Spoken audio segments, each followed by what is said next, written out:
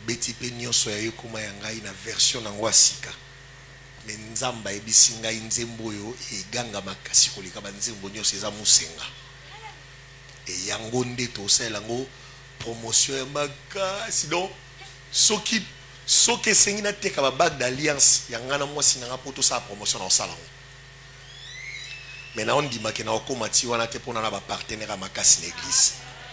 En fait langage na lobi wana engelakisa ke na kosala nyonso na kosala pour que nzembo wana mutu nyonso ata mutu ayoka te sourd ayoka ngo ata une fois parce que tobeti yango bien moko bande ondima ta ya on a linga ekutu te voix na ngeza na ba problème pour ça déjà na ba problème na yembi bandeko tata pasteur na yembi sérieusement.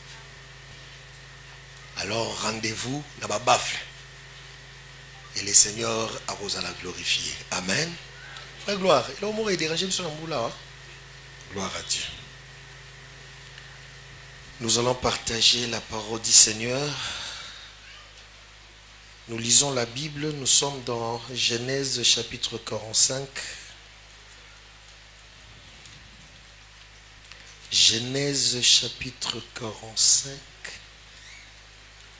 Je commence ma lecture au verset 1 et je veux me limiter quelque part. Alléluia. Genèse 45 verset 1 à 4, je lis au nom de Jésus. Joseph ne pouvait plus se contenir devant tout ce qui l'entourait. Il s'écria, faites sortir tout le monde.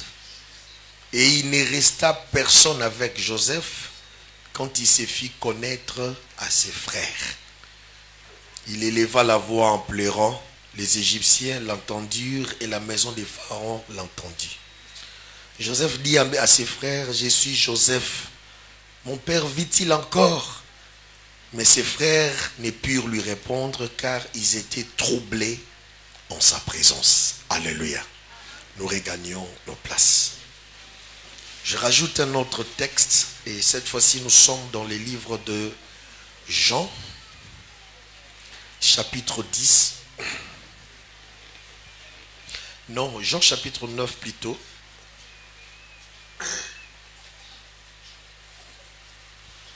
Alléluia.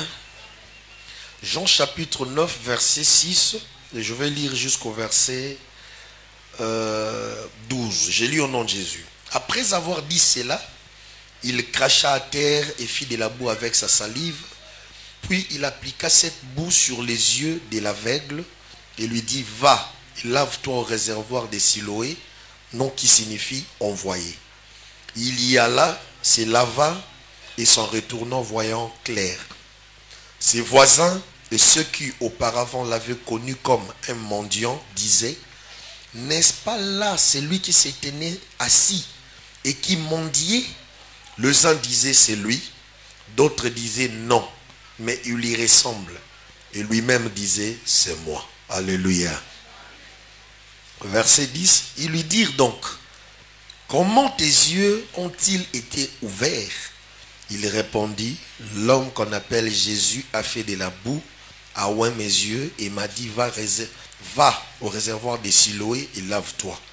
J'y suis allé, je me suis lavé et j'ai recouvert la vue. Ils lui dirent, où est cet homme? Il répondit, je ne sais. Amen. Nzambe apambola yo. Nzambe apambola yo. Ezaka slogan te na mon église comment on comprend les slogan te. Nzamba apambola yo. Yes. Toza na 4e jour ya séminaire na biso eza na thème ya église centre de transformation. Donc chaque jour, à chaque fois que nous venons dans ces lieux, eh bien nous devons être armés de cette pensée dans notre esprit que nous avons un atelier à transformation. Et l'outil que le Seigneur a donné à ses serviteurs pour te transformer à une autre personne, c'est la parole de Dieu. La révélation de la parole de Dieu. c'est elle qui éclaire et c'est elle qui t'amène à être transformé, à avoir une autre forme. Alors, na pourquoi lelo na lingaki na lobela o penser moko mukie et si manango je veux prier pour toi. Alléluia. En fait, moi ça n'engage qui va vraiment j'ai besoin de l'huile d'olive ici, je vais prier pour ça et je vais prier pour les gens. Ça me fait ça la bateau grâce base à la vraiment transformé. Amen. Alléluia. Oui, quand nous parlons de la transformation,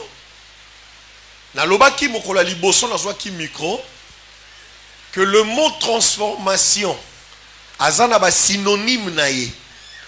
Et parmi les synonymes, il y a le mot transformation, il y a le mot conversion. Donc la transformation, et ça aussi conversion. Quand la conversion, et ça lit action to effet, il y a qu'on convertir. C'est-à-dire que l'ongola elo qu'on a le lenge moko ezala kinayango, qu'on komisa yango na le lenge mosusu. C'est un peu comme quand nous allons faire le change de monnaie. Tant qu'aucun a dollar, 100 $, vous remettez les 100 $ au changeur de monnaie. Vous verrez que changeur a copé ça yo 100 $. Mais à fait ça yo 100 $ na franc, équivalence na franc. Tant yo kozonga, tu diras naza na 100 $ na maboko na ngai. Mais le 100 $ américain que tu avais entre tes mains, ce que tu as dit, que eza papier moko ezana mutu ya monsieur Franklin pour na 100 $ ya kala. Oya sika ezana mutu ya Franklin ezana na eloko mosusu. Et tu verras que tango zozonga okozonga na ba billet et belé koki ozala pe awa. Mais quand tu vas parler, tu diras on a simbi eza juste 100 $ mais converti. Donc les 100 $ en francs que tu as entre tes mains, et ça 100 $ américains aux qui n'ont mais converti, transformer en eau, c'est-à-dire convertir en na franc. Et si vous regardez le franc congolais, na dollar américain qui n'a au moins ta trace y a ressemblance c'était. C'est ça ce qu'on appelle la conversion. Et c'est ce qui se passe aussi quand vous prenez une feuille de papier et que vous brûlez la feuille. Au moment où la feuille est la convertie, c'est-à-dire qui feuille normale de couleur blanche, après avoir la feuille est convertie en cendre. Et au moment où cendre wana sokotali yango eza na couleur noire, eza na makasi au papier eza ki nango te ko simbi yango boye, yango soko simbi yango elongwe etikali yo na maboko. Donc si vous regardez la feuille de papier d'avant et la cendre, vous n'allez retrouver aucune trace de ressemblance. Pourquoi? Parce que la feuille a été convertie en cendre au travers, il y a chaleur, il y a moto. Alléluia.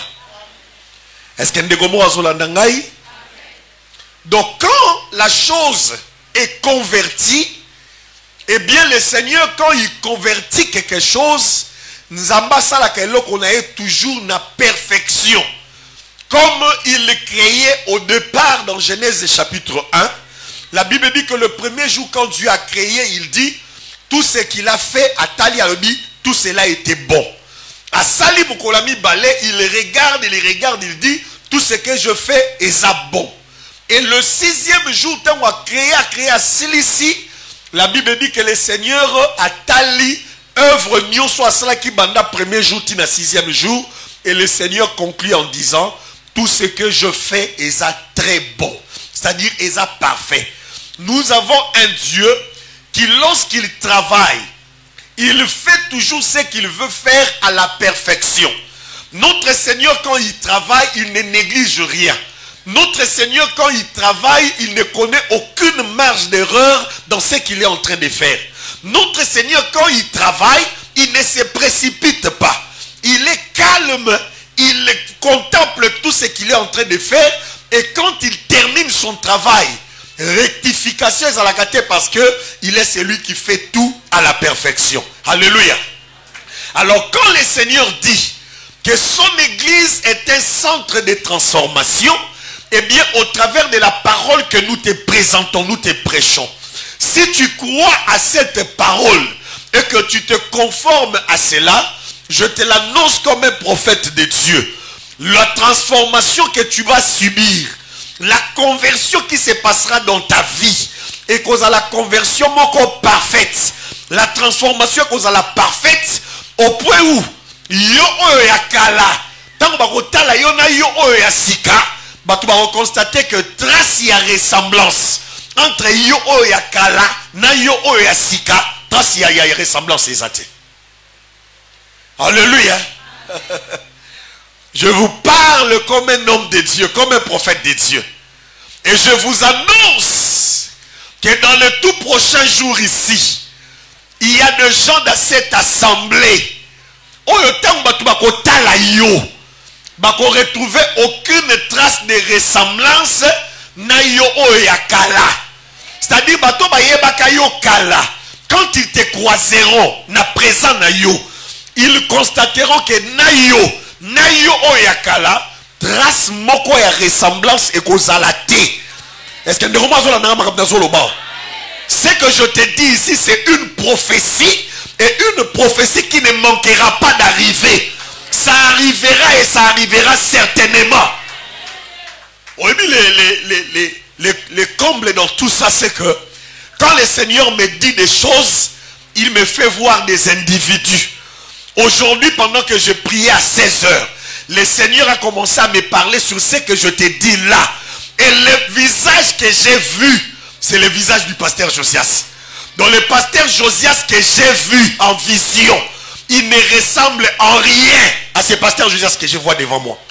Et le Seigneur me dit qu'il arrivera un temps où les gens qui ont connu le pasteur Josias en 2021 vont reconnaître qu'il était.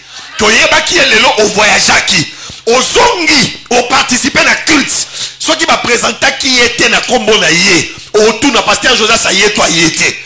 Parce qu'il sera tellement transformé que tu n'auras pas l'idée. Alléluia. Donc tu viendras chercher un pasteur Josias mince, un pasteur Josias nata ya ba mannequin. Tu ne le trouveras pas. Je vous dis la vérité. Le pasteur Josias de 2025 ne ressemblera à rien à ce pasteur Josias que vous voyez aujourd'hui. Et quand le Seigneur me prend juste le pasteur Josias local l'échantillon, c'est que le Seigneur a l'ingalo la peuple en Zambé awa. D'ici 5 ans, il y a des gens au bâti église au Bakoya, ils auront du mal à reconnaître les gens. Et c'est nga va présenter au lissu batu parce que on va changer tellement. Perfection qu'on a tellement de changement que tu auras du mal à les reconnaître. Est-ce que vous comprenez que vous avez balaye?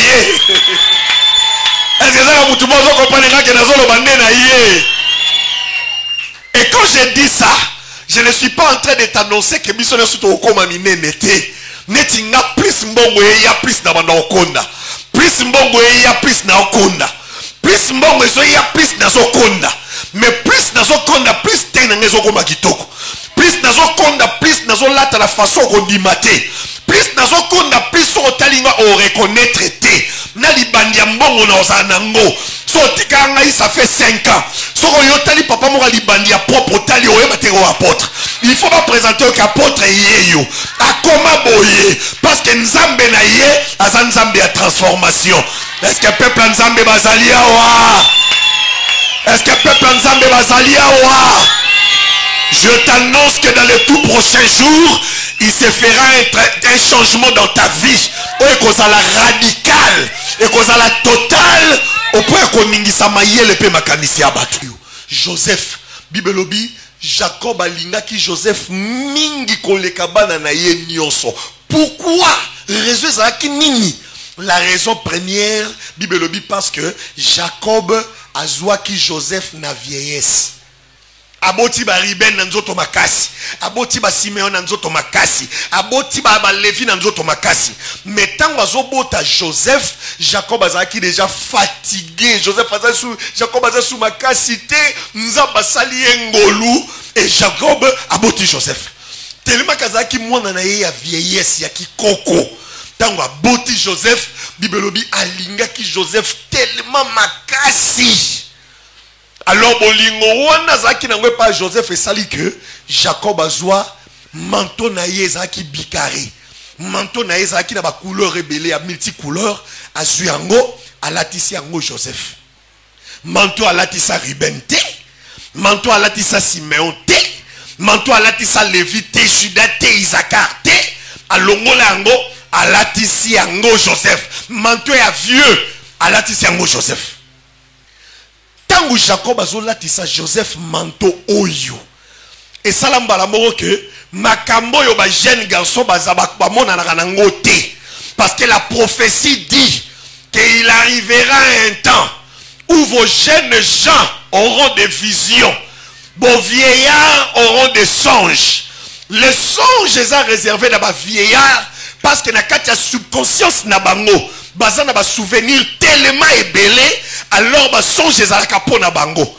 Alors Joseph azalaki un adolescent azana ba 16 ans 17 ans na katia subconscience na ye ba souvenir ébélé té. Mais le Seigneur a permis à ce que tant bazui manteau à Jacob balatisi yango Joseph makambo esengela ke salamelaka Jacob, c'est-à-dire le vieux papa l'autre bandoto comme transmis par Joseph.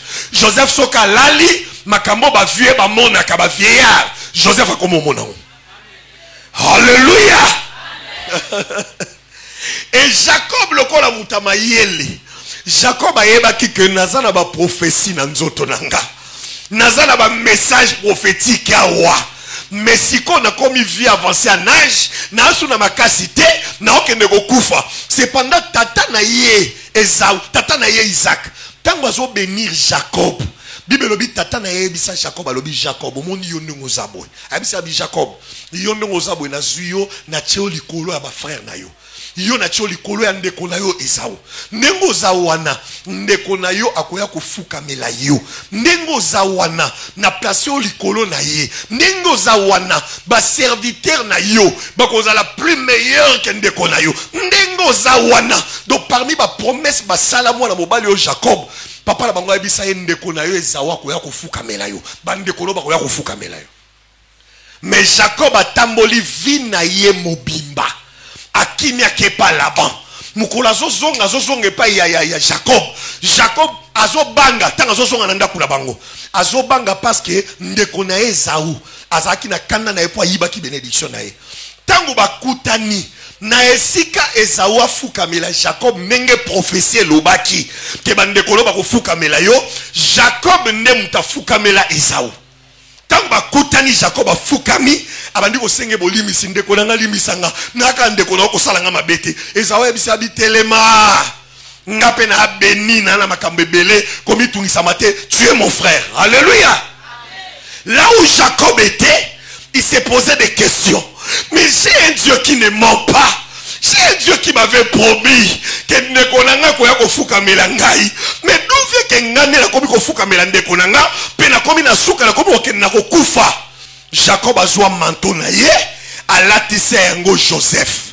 Tango alatise yango Joseph ndoto liboso Joseph azolota. Alota ba étoile 11, aloti lune na soleil et ye ezo ya kufuka melaye. Ndoto ezalaki réservé na yete, mais ndoto ezalaki réservé na vieillard Jacob. Tango alatise manteau Jacob a komi kolota ba ndoto ndengwana.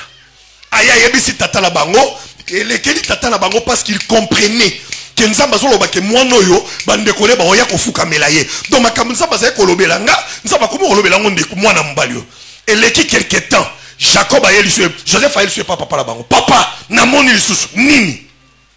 Abi na moni ba gerbe 11 ezo fuka mela gerbe moko ezo gumbama. Papa la bango lobi olingolo ba ke bandeko na yo 11 bakoya kofuka mela yo. Joseph alobi papa na lobi boyete. Bandaka kolatisa ngaye lambo yo. D'abord ils ont kilo eze la mampaka. Na ebite bando latisa ngona kobi kolota ba biloko mwandengo wana nazo yebate. Papa na bango azaki ko repasser na motema na ye. Il comprenait que il y a quelque chose qui s'est fait dans la vie de cet enfant. Ou ezalaki ya yete. Mais comme ko sala mela parce que ngana lingi mingi pe na zwe lamba na ngai na lati. Alléluia. Et vous savez ce qui est arrivé? Bible lobi Joseph a longwa na katanda kuna bango ba inaye na bandeko na ye po tata la bango alinga ke mingi po tata la bango pesa ki elamba ya plusieurs couleurs ba inie na bande ko na ye po mwana Joseph azaki na ba vision monaka ya grandeur tellement ba inie ba tekie akena mboka bapaya. C'est comme ça que je te disais hier, comme il est là té batamoki babi moi mobali aller là té bongo mwana nzambe kolelaka té cause ya koina batu baina kayo. C'est parce que tu as un père plus excellent que Jacob. Oya linga kayo tellement makasi. Alléluia. Na okoma wana. Joseph a comme pas Potiphar, baluki na mwasi ya Potiphar et sibilité. Accueilli na kati ya prison, de la prison Dieu prend Joseph, il l'élève le col la premier ministre, le col la deuxième personnalité na kati ya Égypte. Un jour, ba frère na ye ba ye kosomba biloko na mboka wana. Na robeta li solo nyoso te parce que na na posana leka na kende. Ba frère na ye ba ya Joseph a piégé bango. Tango ba kei ba kangi bango ba ye na bango abi pona nini boyibi eloko na ngai. Na sali bino bolamu boyibi coupe na nga pourquoi? Lokola bo sali boy muto coupe ale na kati ya eloko na ye yenda zotikala. Ba fouiller ba moni coupe wana pas Benjamin. Tango abi Benjamin azotikala ribe na bandiolela. Yeli bosabi mokonzi grand prêtre ko sabo ete na promettait tata la biso ndozo mona mwana oyo babota mami balé na mama bango yana ye Joseph akufa kala tata la biso ti lelo regretta kaka donc consolation na ye comme Benjamin aboya ki kutu mwana ya ngane na ibisa ke na kozongisa ye soke sali ke likamba eya ngane na kotikala mwana kozonga grand prêtre. Tant yazo ganga grand prêtre le ko la levi azaki nganga nzambe ngizebia bandi balanga ramabulu kamaya ikaya saka longo nzambe simba motema grand prêtre. Alléluia. Grand prêtre atelemi azotala bango. Webike babandi ko lela balela ribenabi na tikali yao apasola bilamba na ye. Tant babandi ko lela grand prêtre Joseph atale bien nga Joseph nga le babinga grand prêtre anga Joseph babwaka na kati libulu akokite Bible bi Joseph abandi olela. Tant Joseph abandi ko lela elekila ba frère na ye mokonza zo lela boseki biso esili po na biso. Joseph abi bobi milisa batunioso babi mabutika kana ba étranger place bazaki ba bien esili. Donc nga bo mabiso pena yemo na maboko na ye. Tango batunyo suba bimi Joseph aya kangi Benjamin na nzoto abiboza bandeko na ngai Joseph bozolo bakufa Joseph ndengai. Alléluia. Amen. Obe lokizaye koleka neza nini Joseph a reconnaître bango facilement. Mais bana oyo ata moko tatikala ko reconnaître Joseph. Vous vous imaginez baya ebele bazala au nombre de 11. Mais mutu moko ta reconnaître Joseph. Mais Joseph a reconnaître bango nyoso na leka suka. Ce qui veut dire que ba changea iti. Donc mutu a changé na kati na bango azate. Tandis que Joseph a changé tellement que mutu atikala ko reconnaître e azate. Quand l'amour d'un père est débordé par ya mwana, amour ya tata et ça la ke tata longola costume na ye alatisa mwana. Costume wana zo latisa mwana ya plusieurs couleurs. Eza na makambo tellement belé na kati nango. Et ça la rakebanda ko sala musala na kati ya vie ya mwana. Ata bo mo nango lelo te. O mo na lobby ya mwana wana banda oza transformer. A banda oza la changer. So bokuta na kina lelo après 10 ans. So bo moni ya oyeba bino. Mais bino boza la difficulté ko yeba ye parce que changement ko salema tellement. Donc et oza lokola papier bazikisi yango comme cendre. So otali oyeba te que papier yango parce que il y a conversion totale na kati ya likambo wana. Le Joseph nazolobela Joseph aza lokola biso. Alléluia. Oui, Joseph aza lokola biso. Le Seigneur notre Dieu est celui qui nous a tellement aimés que bolingo ya nzambe tellement que lekaki makasi etinika nzambe alata nzoto abomoto aya kondima kufa ekulusu pona yo. Donc son mona Yesu akufa na croix akufa parce que bolingo esalani et obligé et liwe Yesu na croix azalaki capable lui-même le dit naza capable ya kobenga coyote ya ba ange 12 légions ya ba ange ba ya ba secourir nga na longwe pe na croix na longwe. Mais le Seigneur Jésus, ce qu'il a retenu à la croix ezalaki basete babeta ete mais loko eretena yesu na croix ezalaki bolingo ye azalaki nango po na yo nde salaki kezotika ye na croix na kufa kaka na ndibaka nzoto ye kufa dont l'amour du Seigneur déborde tellement na kati ya vie na yo alors etindika nzamba se retenir te manto na ye alongola yango alatisa yango moko na biso esendeko mwa azolanda nga mazoloba nzambe yesu alatisa biso manto na ye oyebi pourquoi nazoloba boye c'est parce que ngana yo toza ba vierge o toza fiancé pa ya yesu on liloba nzambe lobi na biso na ancienne alliance bana basi tant bazalaki nanu ba vierge na kati ya Israël bazalaki kolata ba tiniki ya plusieurs couleurs ezalaki marque o ezalaki kolakisa ke mwana mwasi azana nu vierge azo garder virginité na ye yango moni Tamar mukolo ba violaka na ndeko na ye Amnon Bible lobi Tamar a pasola bilamba na ye ya plusieurs couleurs o azalaki kolata lokola une vierge na kati ya Israël donc tel que tu es là tu es la fiancée du Seigneur Jésus tu es la vierge du Seigneur Jésus par conséquent que makambo yo nzamba lakaka ngai na nzela munoko tata na ngai Isaac o ekokisama na vie na ngai te tangu nazwaki manto na transféré yango pa ya Joseph yango makambo esalami na kati ya vie ya Joseph parce qu'il a porté le manteau que je lui ai donné au nom de l'amour. Au nom de l'amour du Seigneur, tu as un manteau que le Seigneur t'a donné. Et ce manteau te confère le pouvoir, te confère l'autorité. Et ce manteau t'amène dans un changement radical.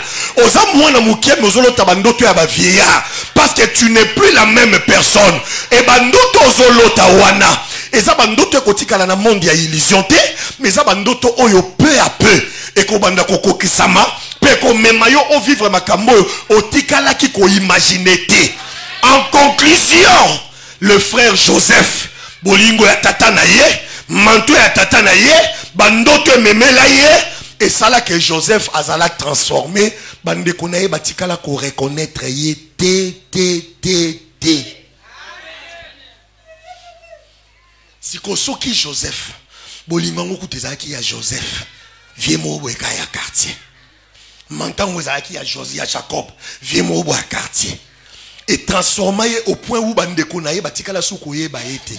Maintenant je me demande bolingo ya tata na bison kolo Yesu o ezo déborder na vie na yo o emema Yesu apesa yo tinika plusieurs couleurs et memela yo bandoto ozalaki na ngote siko na za komi tuna ndengo zabo après une année 2 ans 3 ans bato ba yebaka yo kala wana ya mitema mabe tant ba yora kokutana na yo ba ko reconnaître yo ndenge nini ba kotikala ko reconnaître yo te parce que changement o ekosalema na vie na yo et kozala tellement radical et kozala tellement na perfection que ata muto ayeba ki ke misapio ezaka ya ye na yebi misapio ntoma bien tango mona misapio no reconnaître ngote ezaka mikende ngezaboye mais o reconnaître ngote po ekoma rose pâle à cause ya biloko na opakola tellement mbongo eza tellement nyoso eza na afanda tellement na kimia ke ndako na afanda malili te moto te donc tellement tranquille tellement que pe nzambe fandi kati na ngai tu ne pourras pas me reconnaître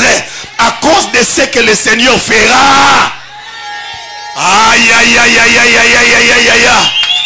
Bako reconnaître yote. À cause il y a changement au cours de la vie na yo, tes ennemis ne te reconnaîtront pas. Pas seulement tes ennemis, mais même bato balingaka yo bazai ko aider yo. Bako reconnaître yote. Parce que changement cause la tellement radical que ba on comprendre te. Alléluia. Il y a une histoire dans la Bible. Et dans cette histoire, la personne au Azala qui vedette qui est un aveugle. Cet homme ne voyait rien. Bible dit Azala abotama nango tia comme il a âge à plus de 40 ans. Alléluia. Plus de 40 ans. Na kanisa souton na koma na 40 ans kalawana ndeni nazalaka. Vous comprenez? Pour la minute on a 57 ans na ngoyo. Donc comprenez mon émotion.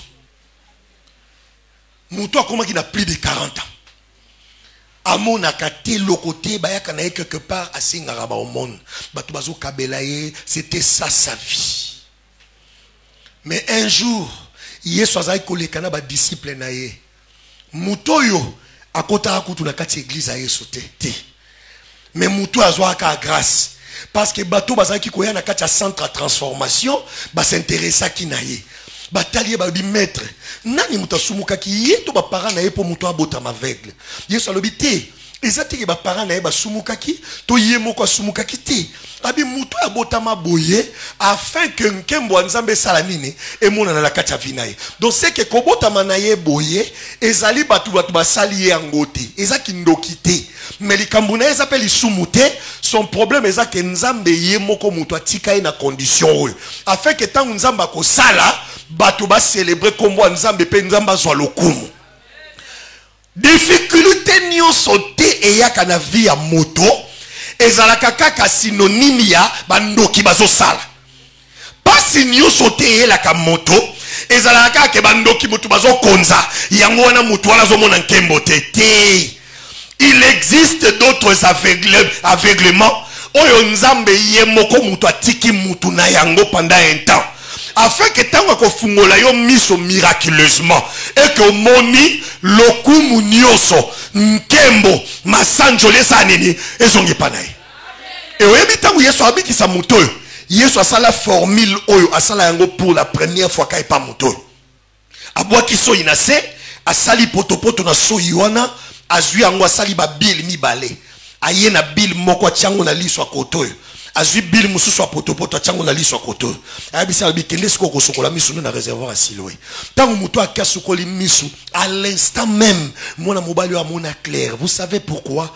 C'est parce que moto yo problème na ye utake pa bandoki te mais problème na eza ki nzambe mtatika ki ebongo pour nzambe tanga zo former mutu na Genèse chapitre 2 Bible lobi avant nzamba former mutu à partir à poussière et à terre Bible lobi le Seigneur a salakini il a fait souffler un vent et une vapeur nzamba sali ke vapeur moko eleka na mabele parce que mabele tikala ki non kozwa mvula te nzamba sali ke mvula moko likolo sala tango esali emouye mena mabele ndi nzamba sali mutu à partir à potopoto ya mabele tango asilisi a soufflé mutu akomi un être vivant donc zoto zomona ezalaka mabele basopela yango mai basali potopoto yango yesu tango aye a constaté que tango nasalaki mutu oyo natielaki ye bamisu te nasali ye mobimba mais nazangisi bamisu pourtant na oya kotiela ye misu nkembo esa nini ezongela ngai yango yesu asalaki nini abetisi mvula wana ebetaki na munoko na ye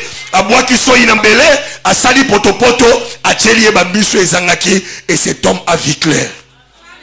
Je le dis comme un serviteur de Dieu, quand je te vois, quand je te regarde, quand j'ai pris la nuit chez moi pour toi, souvent le Seigneur me dit que ce ne sont pas les sorciers qui font que cet enfant soit comme ça. Et ça va étape dans le kisaye. Et ça va période dans le kisaye. Pourtant on a kosala nkembo nyonso sa nene ezonge pa na ngai na lingina ya bisao ke ko fanda na studio fanda wana ya malédiction te ndeko za no zapela place au fanda to fanda na église ndeko za no zapela place au fanda to fanda pas ba voisin au fanda pas ba ndeko ne t'en fais pas nzambe emoka lingeza la bongo pour un temps kolela lela pété kumisa nzambe na eta wana zana yango parce que le Seigneur a yebi yango et il te promet il te dit kazan nzambe otango akosala et qu'on l'a tellement maïle à bateau que tant que moto a biki samaka na aveuglement na ye abandi ko mona bible lobi bato ba yeba kaye ba koma ekomi tuna entre bango mususu abi tala moto azaki ko fanda zo mangie tala ye akomi ko tambola zo mona mususu atali abi yo zali boma to zali boma te atambola ndeni ya mona eza yete mususu abi te isa pinda ye naso ko le pena ke o eza habité eza yete eza moto azo ressembler kana ye ba koka na rati eza yete. Finalement, bah, c'est décidé d'habiter photo tout naï. Tant que bah y est bah tout n'est pas bien. Dès qu'on lit ça biso, moi toujours bah babé. Et ça la moutouma ça aux aveugles ah aux qui. Tant que bah sur le bah habiter zanga. Na yé que bozala kata confusion. Mais zangai. Oh et ça la yon ndenge nini. Au moni ndenge nini. Abisi banga lobi l'homme qu'on appelle Jésus. L'homme que le pasteur Josias a présenté ici comme le centre de transformation. Yesu aza centre de transformation. Ce qu'on continue à Yesu, c'est que vie n'a eu bandi qu'on connaître bouleversement, conversion. Vie n'a eu bandi qu'on connaître changement. Changement, on est comme un point moko, bah tout le monde va discuter sur yo. C'est-à-dire, bah fandi bah on va habiter ça y était. Voilà Joël te. Joël a peintre te ça y était. Te oso confondre et ça y était. Finalement, tant bah poussana. L'État va pousser pour poser question. Bah poser dans te yondo ça va que te zanga.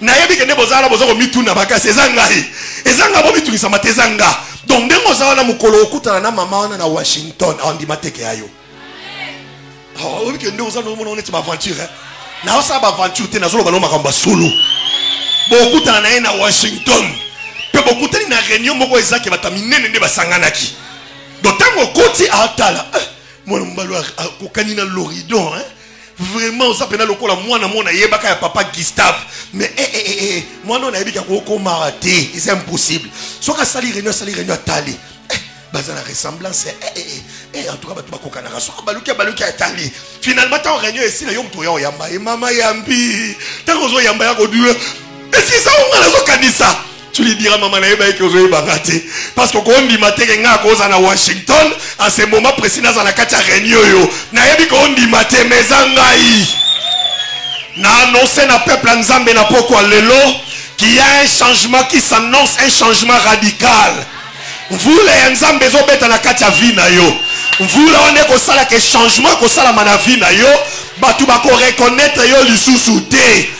Même ba membre de famille na yo ba ozana difficulté oyeba yo tango banda okena ba matango kitina mutu kozoya ba discussion ezala est-ce que oyo yeto yete oui que moi mo bala ressembler na moi na Cécile finalement tout le monde a ça ba que tezaye moi na yo azala na Kinshasa wana nde yeyo ya pasteur aïe aïe aïe aïe aïe aïe aïe et na moment on est trouvé ça ba que zangai l'homme qu'on appelle Jésus a transformé Vinanga a meminga ina stade mosusu na annoncer okotika la ndengo zala kité olinga yango te lokolo zo kama loba nzambe tu ne resteras jamais ndengo zala ki parce que liloba na nzambe zo ka moto e banda ko pesa forme mosusu et comme on a forme yo même yo moko de fo banda ko mitala kitalatal tu regardes tu te dis est-ce que o ezangai est-ce que o pende zangai est-ce que o ezangai et na moment là tu élèveras ta voix tu glorifieras le Seigneur. Est-ce que Batumina Bazalia Bazo Karamba Ramona Holoba? Est-ce que Batumina Bazalia Bazo Karamba Ramona Holoba?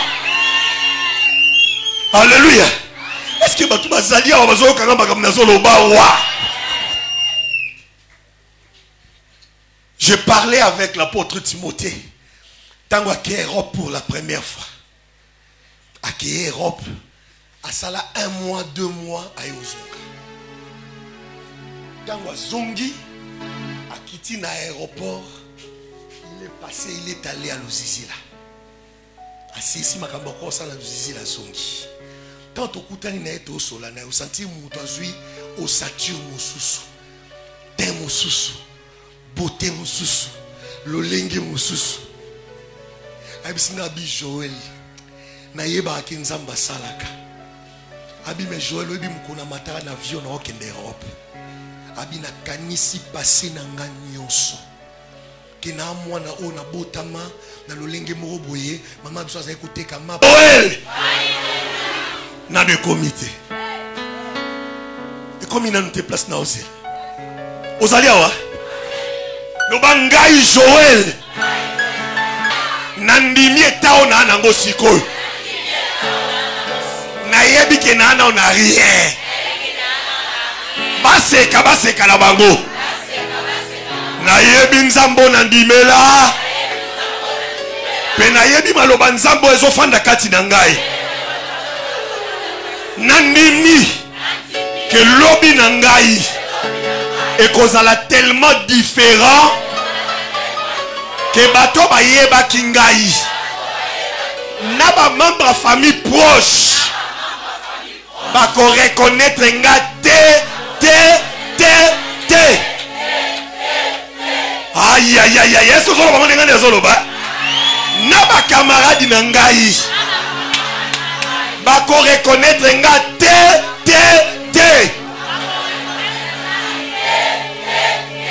même mobali wa bwa kisanga wana kwa kende kolanda mwana mwasi wana po famille na bango ya mbongo ako regrette nga vie na ye mobimba po mukolo toko monana ako reconnaître nga te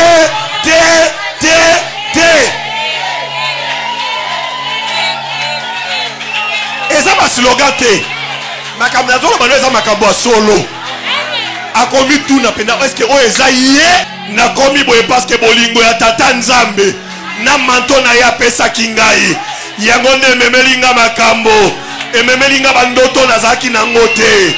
Est-ce que ozali awa? Est-ce que ozali awa?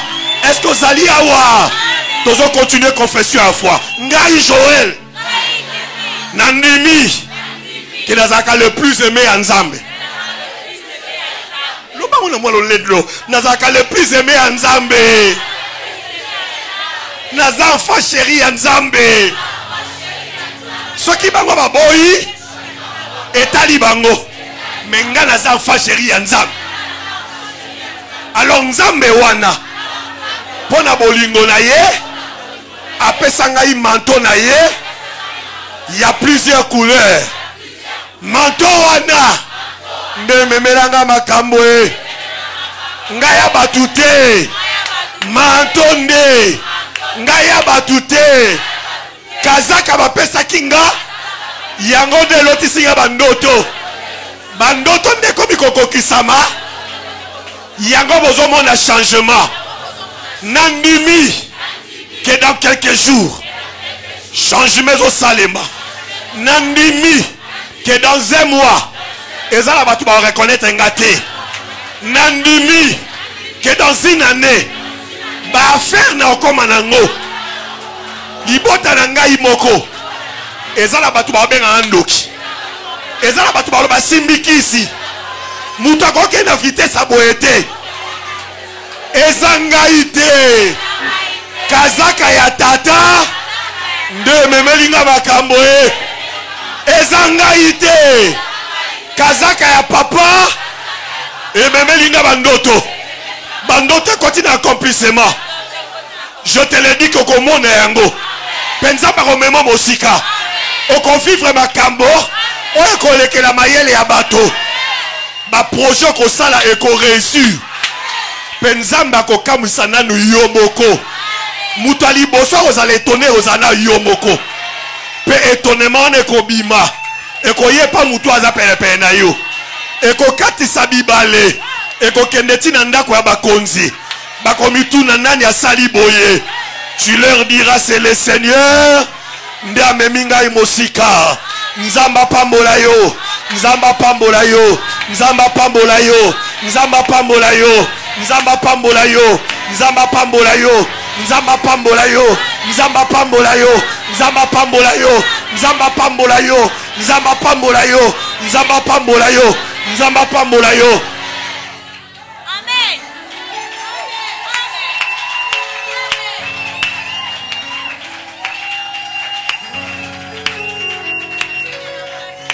Est-ce que peuple au Basalia? Maramna le bon moment on utilise qui est Eko Salema. Là c'est souvenir à l'Issousou. Quand j'ai commencé ces histoires de Dieu Tozotea. Nazaka qui est moko ko imaginer. Boy. Alors tellement que Nazaka qui moukié et Nathan wana ba fashion no bino bola talilo ezarate que lati moi pantalon dina mukio kangi yango lisusu so lingolo ngolo fola ta sachet à le longo li peut glisser na tango wana ezarate biso lata ba pantalon minene parce que na ba pantalon minene na to zai ko lata so na lati yango ozomona luketu lokola luketu ya ninde ya insecte wa benga nini te nzoi obi nzoi mo azara faut kangango bien pour so kangango bien te ke fungwa mi mona na miso bato wala litaba to elo bien pour se sentir le place wana et qu'on réveille. Alléluia. Tellement que je faisais ça. Tellement que je faisais ça. Alors nazaki na kati boye batu bazaboye partout. Na oteya na lati pantalon kana chemise na enfoncé. Parce que nazaki muneni. Vous avez muta muneni na enfoncé pantalon na kati yo kalufi le fanda. Na oteya. So ngamo na kati video na hotel yo oyo ngai na ko munene bo nengeni visuel seli tango vision sili na lamuki batu nyonso bazaki pene na lamusi bona bi boyebelo oni na moni omoni nabi na moni vision claire nzamba la kisinga kende na abu na muta mukiete donc na ban ko le roya na roya muneno point que na robanda bena ko fandi sa ceinture et fandi banda mukolo wana na boma complexe na bomi complexe na zue sui na bino zabo ozonge sui ya kopangosaka nzoto ya kochana luketo zate batu ba mona pena luketo ya muke oyo potango ya munene luketo ceinture et fandi ba eza biloko banda kochaka yango lisusu te na ko bango lokwa mosala nzambe omoni kabelo ozolingo sa kidumba pona ngokosala te esui wana ozolingo lata longola esui wana te yaka na lipapa wana munene olataka wana metango ozoya nango batu bazomona ona lipapa bazomona ona pantalon ezanga makila yo mimona na moto ak vision mimona na kati ya vision ndengo mimonaka tu es une grande personne oza muto amukiete oza muto amonene oza muto amukene ngozo kanisa te alors ne te détruis pas à cause de ton présent car le Seigneur n'est pas seulement le Dieu du passé et du présent mais notre Seigneur est celui qui est le même hier aujourd'hui et éternellement azan zambo a contrôler kaba ba étape nyonso ayebi passé ayebi présent puis ayebi futur malam est-ce que vous allez awa est-ce que vous allez awa est-ce que vous allez awa est-ce que vous allez awa est-ce que que ça va dépenser musu bat basala mutu musu ko bengo dernier de gaspillage $10 na mukolo abengo gaspillage molimo gaspillage moto ana et après la mutu musu so 5000 francs au sombeli yango cake il y a 5000 il y a lelo na lobby aza yena mobali na ina bana 8 na 5000 francs ba somba biloko ya lelo na lobby azala ba makaya mo somba ya ba 100 francs Baba bundu ba pasola ngobu. Soka zuma bundu ana chango ba ndembi ambwa tango ba loka solo na kati. So mekango ondi mate ekola fufu ko kyosila. Do ya ka biloko wana. Matembeleza dia na simandako asobi ba baba biso na mike ya 400 francs abwa ki biloko solo na kati. Asobi fufu na nini ya 2000 baza 8 balie lelo na lobby dépense à 4000 francs.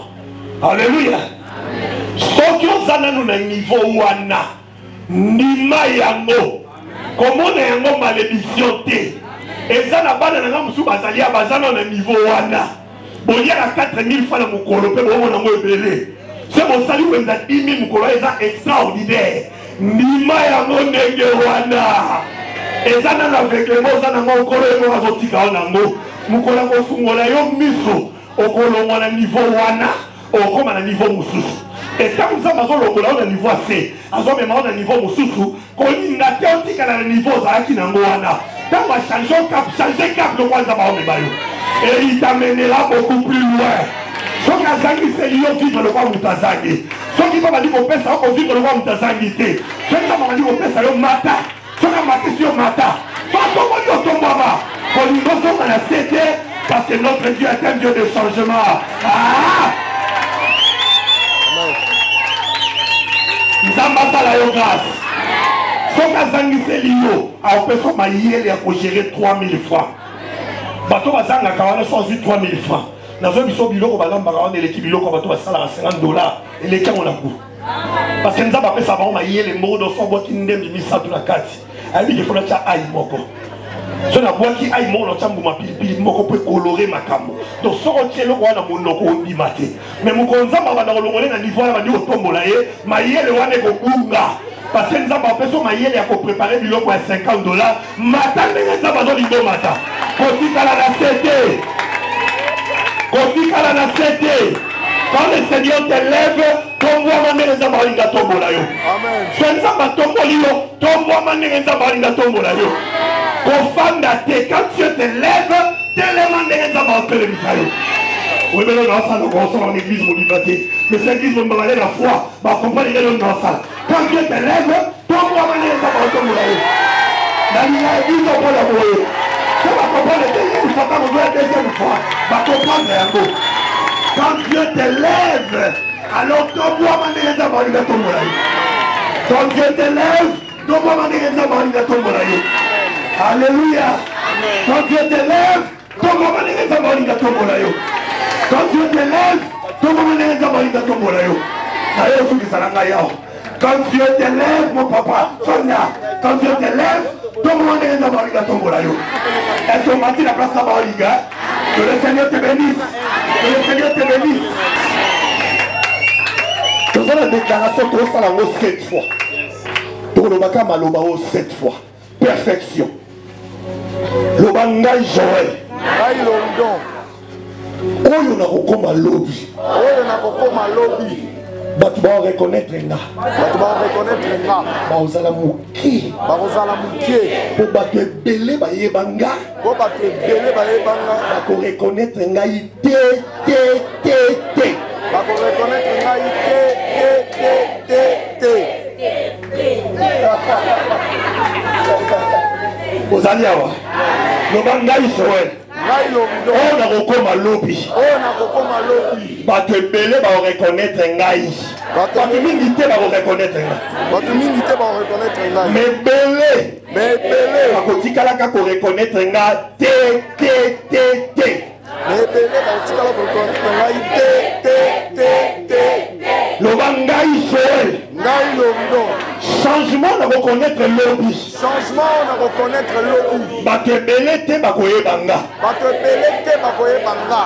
Mais mingi ya bato. Mais mingi ya bato. Bakotikala koyebanga te. Bakotikala koyebanga te.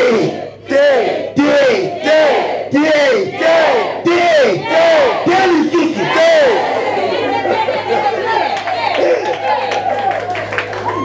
Toke la 4e. Ngai Joël. Changement na rosala et kokoma.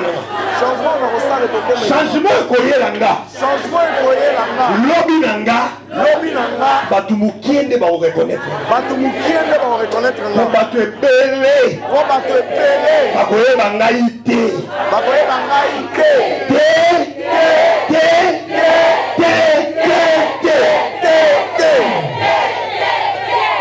Cinquième. Ngai Joël. Changement ko sala melangai. Changement ko sala melangai. Na ko changer tellement que. Na ko changer tellement que. Batu mukie kakande ba oyeba. Batu mukie kakande ba oyeba. Mais ebele a bato ba yeba na kala. Mais ebele a bato ba yeba na kala. Ba ko reconnaître nga te. Ba ko reconnaître nga te.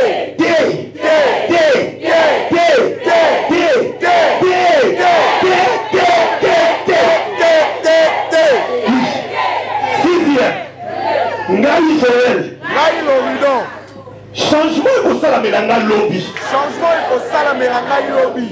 Bato ba yeba kanga. Bato ba yeba kanga. O ba ko reconnaître nga ba oza mukie boy. O ba ko reconnaître nga ba oza mukie boy. Belé a bato. O belé a bato. Ba ko reconnaître nga ite. Ba ko reconnaître nga ite.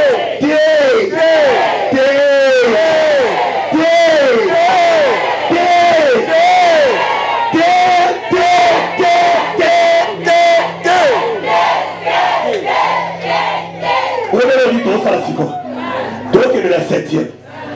Tant que tu as maloba tu es ici. Tant que tu as maté, tu es naté, tu es naté. Alors dès à ce que tu as 7 fois. Donc tu as ngana yobisonyoso Quand on commence la 7e, tu célébrer ce qu'on a. Donc nous avons célébré. On célébrer Nzambe que nous avons tendé à faire ma bossa ningai. Nous avons eu des gens qui sont soutenus. Mais qui dit l'aéroport, on a commis le pompe pour y aller. Est-ce qu'on a un maison là-bas?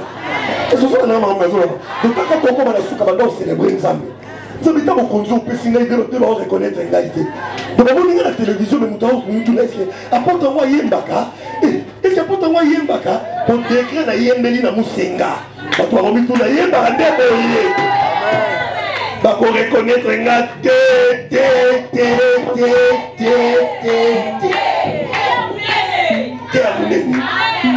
la sepeli la maman. Donc la 7e thé amen. Ozalia. Le bangai Joël. Aïe l'ordon. La rose est comme maman musika. Alléluia. Si elle est le bananzambe. C'est à cause si elle est le bananzambe. On a yamba. à cause ya bolingo nzambe pa na ngai, à cause ya manto ya nzambe na lata, à cause ya bandoto ya tata ekoma ya ngai, changement oyo nakomona, bato bayebanga kala, même pas 1% va reconnaître nga, même pas 1% va reconnaître nga, ebele ya bato nyonso batikali, bako reconnaître nga te,